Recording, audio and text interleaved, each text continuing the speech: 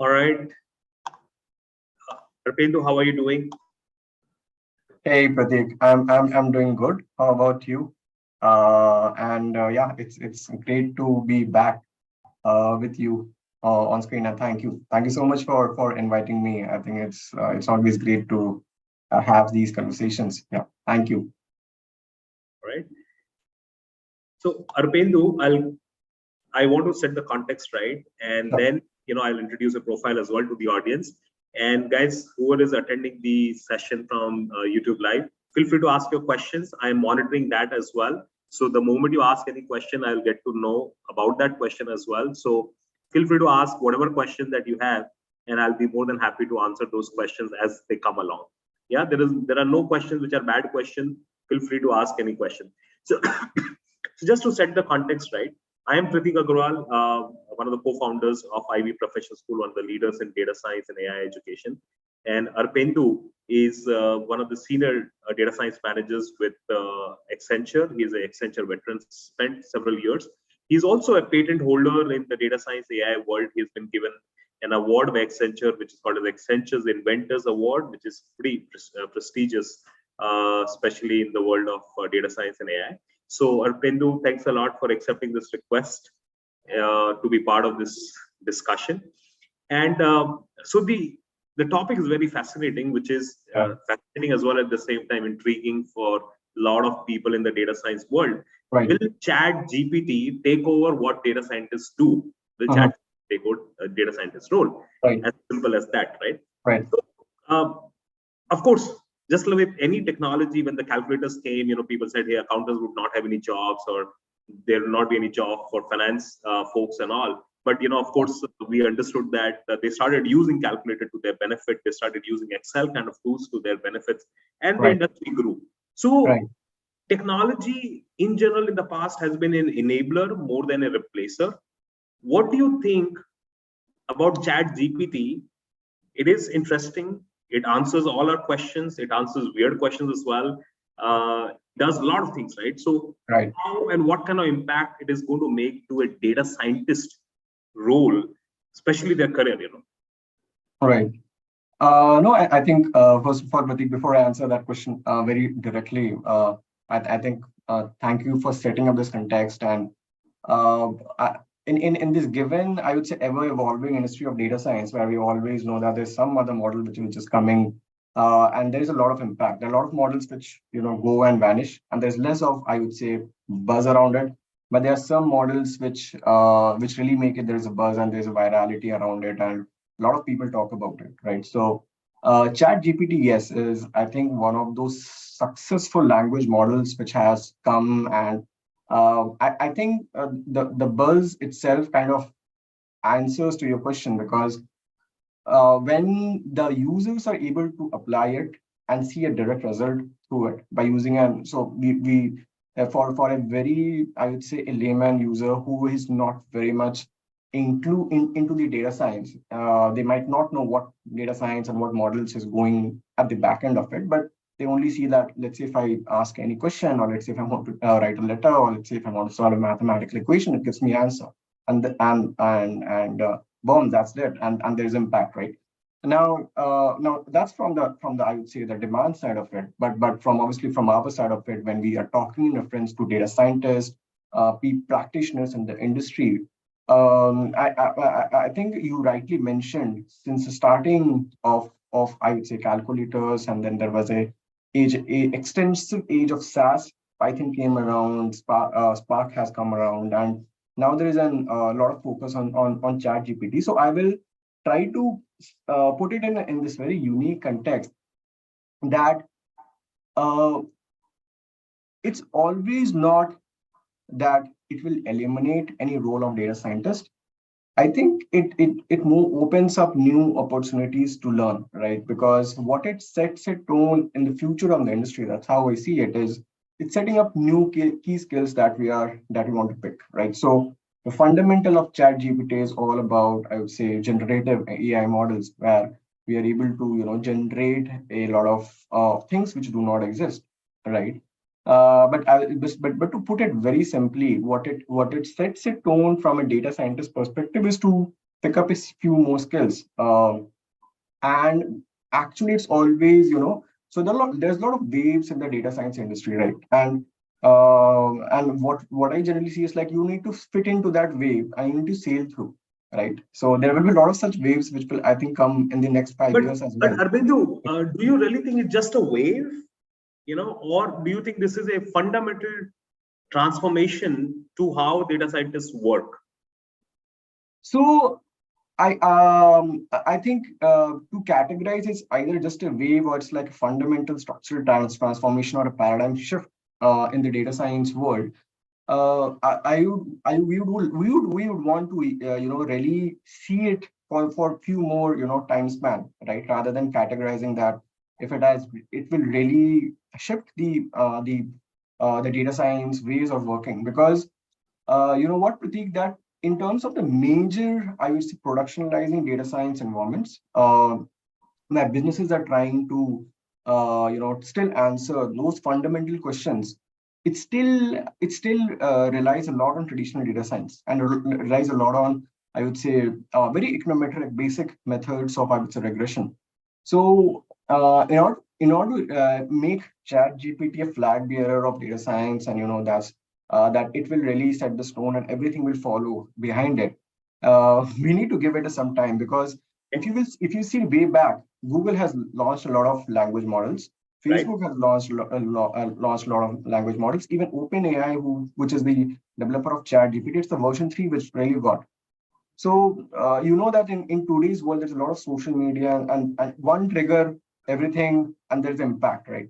So I think we need to be a bit more seeing the trend, like whether ChatGPT is really sticking through it, and then maybe it will have indirect implications into the industry, and where people are trying to see much more new skills. One follow-up question on that same thing. You Sure. are an accomplished AI data science consultant, been Sure. at some time. Yeah. How have you used ChatGPT to your benefit? Sure. So, yeah. So I'll be honest towards it that at least for the data science, I've not yet used it. I'm more used it from an experimentation purposes. So I've used it in terms of, I have a lot of interest in terms of natural language processing. So there are a lot of key things which I might not understand when I just read the research papers and all of that. And it's quite surprisingly, it gave me a very good elaborated answers in terms of what the back end of mathematics or the back end of the mathematics of these models are.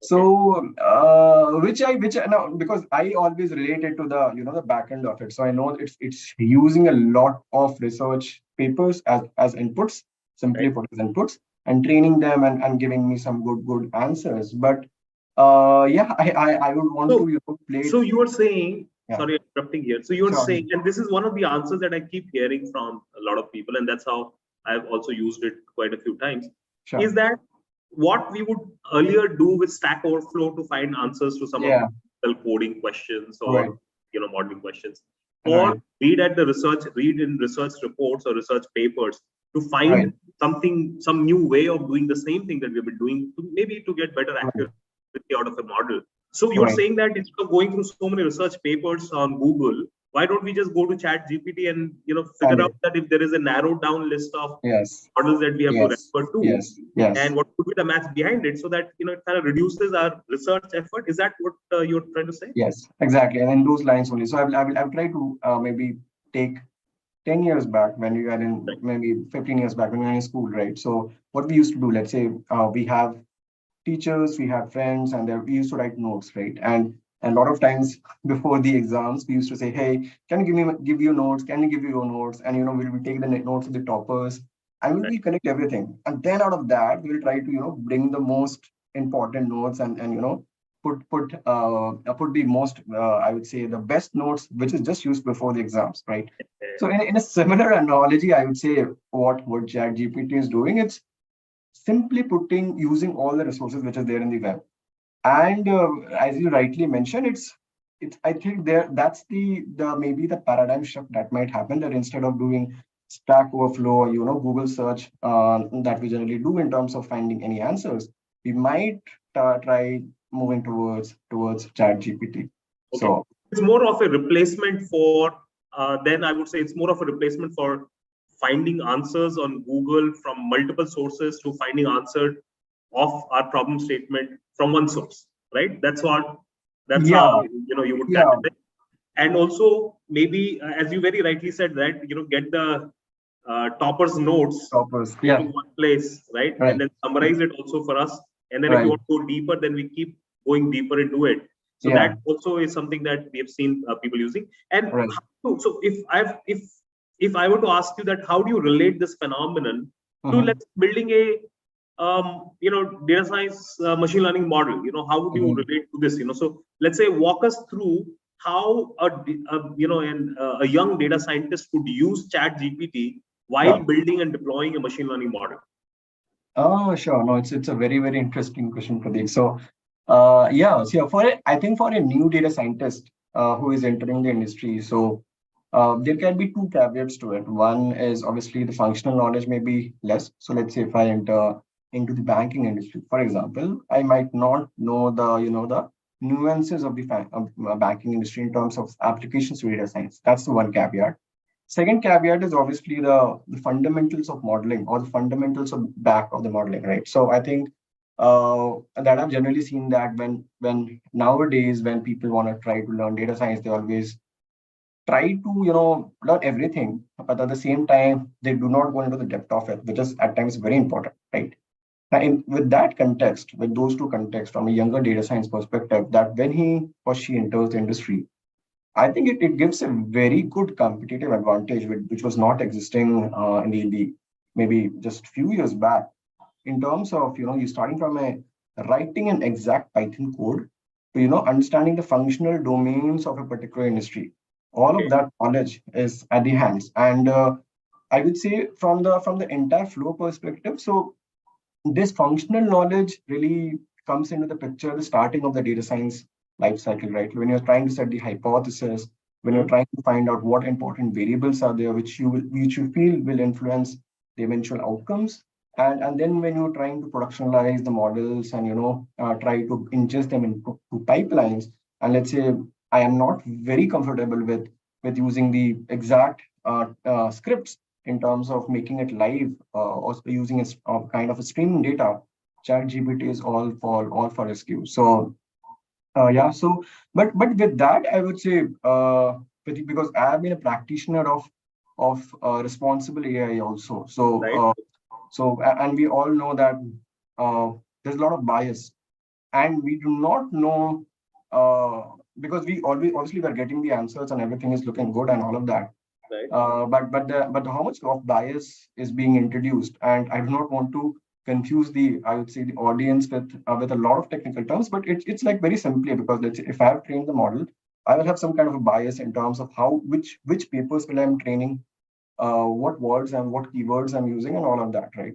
So I think in that context, we need to test it out as practitioners of the industry, that whether it is being trained on the right set of words, if there is a bias towards something or less bias towards it, so that we know that the output that we are getting is a very which we can vouch on. So you're saying that be careful about the biasnesses that be there in the result. So always verify that, right? One more question that I want to ask you here. One of the famous stand-up comedian, tech person, said very recently that AI can't take away human paranoia and curiosity, human curiosity and paranoia. Right. AI can only do things which human beings have already done or have been doing. Right. Yeah. But AI can't do what humans have not done. Right. For example, she gave and her name is Ayush Shraddha, related to her. She gave a very interesting example. She said that AI couldn't have fired 24,000 people in 1 month. A human could, even though that's been done in the tech world. Yeah. So, do you agree that AI will not be able to do things which humans have not done in the past? I mean, like, do you think the next version of ChatGPT would end up doing things which you and I have never done? To simply put in one word, I think it's uncertain, because the power of these AI tools is something which cannot be quantified, and something which I believe has has not been set to a limit. Let's say it's a scale of 0 to 100. We do not know if it's an 80 or whether it will reach 1000. So because if you have seen, because if you have heard the recent reports, like the way these kind of AI tools and technologies have been evolving, there are certain things which is not expected. For example, you will not expect AI to exhibit emotions, Okay. or talk something which is not expected. Let's say if I'm just talking to ChatGPT or asking about, let's say, how to do a regression model, I would not expect ChatGPT to ask me how is your day, right? So Right. and there is and since the backend has been so complex and there's so much ever evolving, things which is going, uh, for sure, the creative part is never. It's always has been with us, and it will always will be. But at the same time, we do not know how all of this is going to evolve in the next 20 years. Sure. And it again depends upon us, like how we want to control. And that's where I was previously referring to the bias in the models, and what's going inside, and we need to have, and it should not be a complete black box. That's what I want. So in any of the things, it's always good to see a glass box kind of picture. But yes, So one more word I'm going to pick up from your point here. You said creativity, right? mhm, Now, I know creativity is something which almost every profession requires, but right, as a data scientist, as a young data scientist, how right. can I creatively use, or what kind of creative skills would you recommend? At the same time, use Chat GPT, right? I mean, so in this Chat GPT advanced AI world, what kind Right. of creativity skills would you recommend to data science? Data Oh, science. wow. Yeah. This is, yeah. I think this is a great question to at least have a discussion upon. So let me try to give my best shot on this. So what I feel that obviously at this age, at this during this world when we have so much at disposal, so much of, I would say, assets at disposal. So I think we have to be really smart about it, because one of the creative skills which I feel is very very important for a young data scientist is to able to filter out, right? Okay. Because there is so much of information that's in there, and let's say you're approaching a problem, you might get too much involved into the details, but but you do not, without being understanding the bigger picture of it, right? So a lot of times the companies are trying to solve a very big business problem, uh, but a lot of times I see, especially in terms of younger data scientists, they will very go into the details of the code. Hey Arpendu, which parameter should I tune, and should I tune the loss function, or should I tune the hidden layer? But they're not focusing on the business problem, right? What's eventually what we're trying to solve, right? So I think one of the key things in any data scientist, because at the end of the day, these tools will only exist when they solve a business problem, Yeah. when they bring some dollars out of it. That's it. That's it, right? Because without it, it's all investors will not. Microsoft is spending to has acquired OpenAI only because it's solving a big customer base, and everyone is using Google instead of everyone using Microsoft instead of ChatGPT, right? So that's a business problem for them. So I would definitely say that in terms of creative thinking, in terms of problem solving, in terms of filtering it out, because there's a lot of things.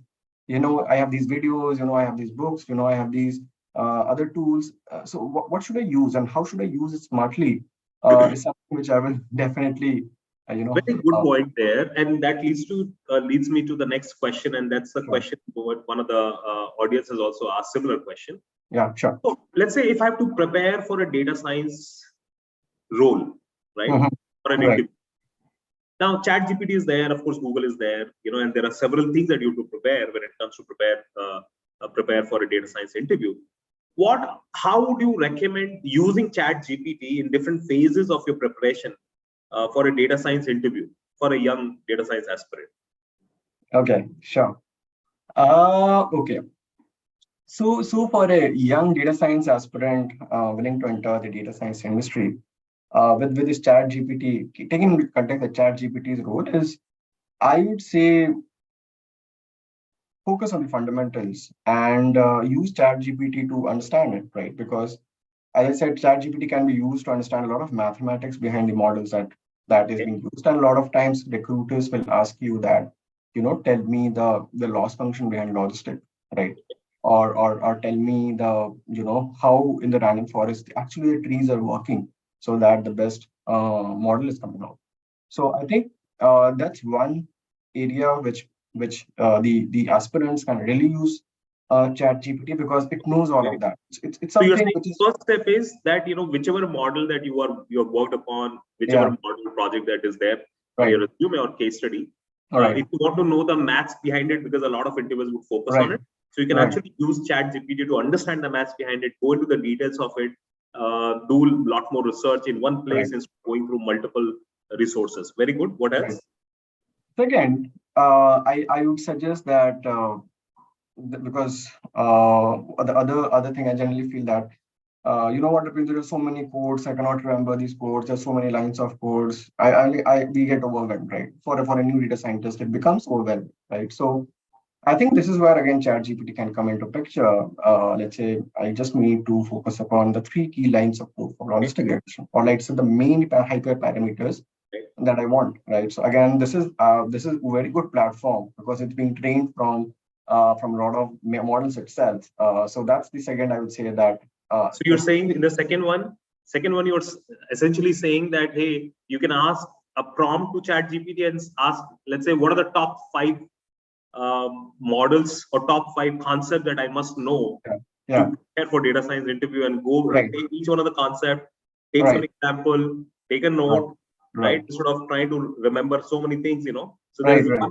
one tool which is Yeah. actually assisting you to prepare Right. for those top 5 skills which have been constantly or commonly asked in data science. Right. Is that Right. something that, Yeah, actually. And the derived of it is also in terms of one more layer of detailing is the actual snippets of codes Okay. which you have at hand at Right. like when let's say from sklearn import logistic regression or import a classification or confusion matrix. It will give you those lines of code and a very cool sequence of it and explaining around it. So what it offers is that sequence of code and then the explanation around it. So it becomes a very good learning experience because you're seeing the code and then you're seeing the explanation. And you're seeing the code and you're seeing the explanation and okay, because I am asking a very pointed question, it's giving me like in blocks of the sequence. So that becomes a very good, especially because in young data scientists, there's a lot of technical interviews and there's a lot of tech, I'd say coding questions that is there. So that can be a very, very good way of just, to structure the learning. Very good. I mean, and I've seen our students, using Chat GPT to prepare for interviews, So I've seen prompts like, what are the top 20 questions asked around Right. Machine learning models? What are the top 20 questions asked in SQL? What are the top 20 questions asked in Python programming fundamentals? And those are great prompts, I think to ask Chat GPT and to use it. Right. So, and the third point to add is, I think from a young data scientist perspective is something which the mass will not say, right? So let's say I'm applying for a position. Obviously, there are 100 more others who are applying against me, right? So I can always leverage a tool like ChatGPT to know that what are I would say, the unused parameters which can really help your model to do much better. Okay. Right.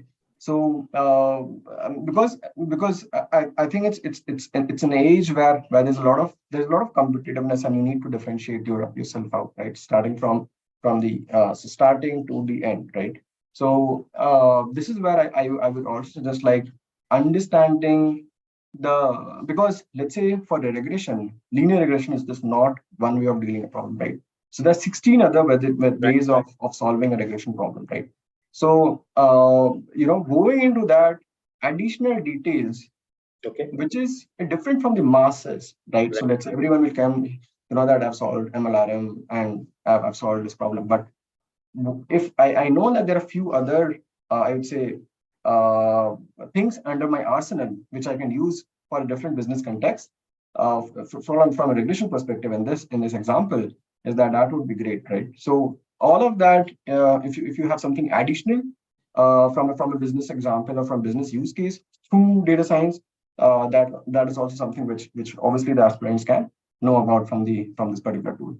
Okay, very good, very creative answers there. And can be very helpful. ChatGPT can be pretty helpful while preparing for data science interviews. One more question that has come from the audience in the YouTube channel. Many times ChatGPT gives an output that it cannot process beyond 2021. So 2021 somehow looks like the singularity point for its analysis. Is it because it was it took the data up until like 2021 end to kind of build the models? What do you think? Yeah, it's that's where the limitation is, and that's where we come in picture. That's where because if you will see and that I think the crux of all of these models is, all simply put, is what data is available in the internet. In the that's the web is basically the data house, right? So now yeah, I have not obviously tried to demarcate it in terms of the years, but yes, and if you will see the language models, so these language models are basically picking up the data which is there available in the internet in terms of text, right? Now, obviously, in the recent years, the amount of text data which is being generated is around, I think, 90-95% in terms of the unstructured data, right? So if we go back, let's say way back in 2010 and all of that, obviously the less amount of that kind of text data is available. And here I'm not just talking about PDF research papers. Even let's say Antu NG, who is the founder of Google Brains and is being associated, and he will write a blog, about, let's say, about some model. So that data is also being taken into context, right? So this volume is being recently generated, and that's, I think, the limitation for most of the models, because of obviously the data that is being made at the disposal of these models, right? So we all know that's a basic premise, what's the input and what's going into the models. But I would suggest, like, intuitively, how can we leverage the data that we have, which might not be available in the web, and can kind of use it as an additional source and use these models, right? Because essentially all of these are pre-trained models, right? But that doesn't mean that you cannot train it on new data. It's already pre-trained, maybe the processing time is less, but you can always train it on new data. So if you have access to other data sets, I think it's always good to use and see if we have any better results out of it. Sure. Let me ask you a question, little off the topic here. Sure. 2023, somehow we saw that when ChatGPT was launched in the market, when it became kind of popular, along the same time frame, a lot of product companies started to lay off for the first time in the history. A lot of great talent. I mean, although it's just a fraction of what they hired in 2020 and 2021, they hired a lot of people. But do you think that it's just a mere coincidence that ChatGPT was launched, became popular, and product companies started laying off people? Is there it's just a coincidental thing, or do you think there is a massive correlation between the two things? I would take it. Yeah, I would take it more of a spurious correlation. There's no correlation between the lays off and the advent of the ChatGPT, because I will try to set up the context, because I've tried to kind of read about what's happening. So I will take the examples of few of the big technology giants like Meta and Google itself. So after the COVID hit, there was a huge craze that, and that's what I was also putting, and I will try to tie it down, that just after the COVID, let's say 2 years before 2021, everyone is saying, digital is a new age. Consumers will only buy from digital, right? So all of these technology giants, there was a frenzy, let's invest in metaverse, let's invest in virtual reality, let's invest, because that's how we will consume, that's how we'll talk, and we'll not be on avatars and all of that kind of a thing, right? But what they couldn't, I would say, see upon is that it's the essence of humans to always have the kind of physical touch. Retail stores have not died now. Still, given an option, we would want to go to, let's say, a Spencer's to buy a product, rather than always, ordering it. That's the last resort. We do not have time, we do not have the access to do it. But I think going to the market and buying the vegetables, it's still a thing, right? Now, given that they invested a lot on things that they felt would make a great success, but that didn't happen. And obviously, You all know about the different geopolitical crisis in terms of the Ukraine and everything which is happening around us. And that's why the technology giants thought that they have invested a lot without understanding whether there is a demand for it or not. So, and obviously at the similar time, I would say the Chat GPT came, which really shook the, oh, this is something which can give me everything I want. I just need to write the right questions. But that doesn't mean that the layoffs are directly as an output of Chat GPT.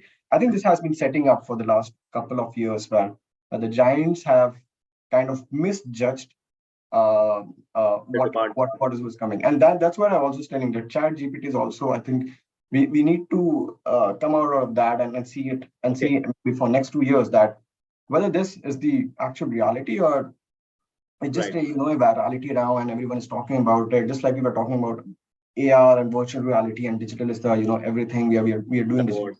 So that's where maybe we would want to test it out, because I think in the recent months, Google will come with a different kind of a search. So right now, what we do is we go to the Google and we type the keywords and we get the way, because our mind has been trained in such a way that go to Google, we will type about, let's say, what is ChatGPT, and ChatGPT will come, right? So what Google is also working upon, and Google is completed to it, is interactive search. We have not been exposed to it, but our mind might get trained to go for an interactive search, because when I say interactive search, it can be immersive search, right? And it's just not through keywords and all of that. So there is a lot of things which is there, which the people in the Silicon Valley are working upon. So I would say there are a lot of competitors to it, and it depends upon the masses which one to choose. So so there's ChatGPT, there's a Google, there's Meta, and there are everyone's, and they're trying to working on something great things. So which one runs the race, or maybe we stick to the fundamentals? I think, I mean, there is just a lot of money that's sitting up on, and this is a great investment area. Great for humanity, great for masses. I mean, I'm sure 50 years ago, a lot of countries would have gone into nuclear war if there was it available to one country like this. So of course, we're living in a world which is going to transform. How soon or how late is something that we'll have to see, as you rightly said a couple of times. How Chat GPT would transform any role, any professional role, scientist, the time would tell. But for now, I think we all can use Chat GPT to our advantage, as you correctly said. I mean, you can prepare it, you can use it as a preparation tool, step by step, for a young data scientist to prepare for data science roles, go deeper into your mathematical models, go deeper into your projects, go deeper into understanding, hey, you've done it in one way, can this model be solved in 3 different ways or 10 different ways? Could be the comparison. Why a particular method or technique is a better method versus not. So instead of Googling and trying to reach out to hundreds of resources, you can just find all the answers in one resource. So I think that's a very solid point there. One last question before we conclude. What skills would you recommend for any young data scientist to attain, to gain, or to get in 2023 to remain relevant in this ever-changing world? Sure. So no, I think it's a very pertinent question, and I would say it's just not for young; it's for us also. Okay. Because we have been those old horses who have been trained into something, but it's ever changing, and we need to all, I think, learn something, and that brings a level playing field in terms of everyone who is now in the industry. It's a very great, fantastic time. But in terms of be precise of like what tools or technologies, no doubt cloud. It's something which is very important. So when I say cloud, what I mean is that the data that we're dealing with, the models that we're dealing with, the visualization we're dealing with, right? So especially after COVID, what has happened from a business side of it, I always say from a business side of it, is that a lot of businesses are going into the maturity. They want to be digitally mature. They are transforming the ways of how they are doing. So they are no longer, going just by hunches and doing, and especially after COVID, because they've got all shocks. So what everyone is doing is to set up an kind of a lake or a data lake or an model lake where everything is happening on premise, on the cloud, right? So I think it's very important for all of us to know Cloud the and ML. technologies, MLOps, Yeah. right? DevOps, MLOps. I think that's very important, and I think there are variants to it, right? So MLOps also has so many variants that we can see. So that's something which is very, very, very, very important, right? Second, I would say, and this comes more from an experience, and I think it will hold true, everlasting, is to ability to understand the business problem, right? No wonder ChatGPT or OpenAI or Meta's Prophet, or let's say Lambda, any of these models will not solve the business problem. If you go to the client, if you sit with the client one on one, the client will say something, and you need to understand what the client's business problem is. No, I think no model can be a substitute towards it, right?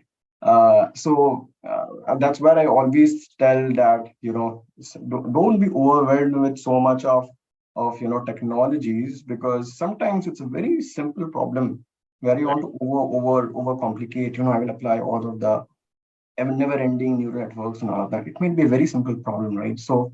Uh, so cloud computing, obviously, it's enabler. It's enabler to achieve something. But I think understanding the business, understanding what the core problem is, and what you want to prescribe through analytics is something which we all should learn about.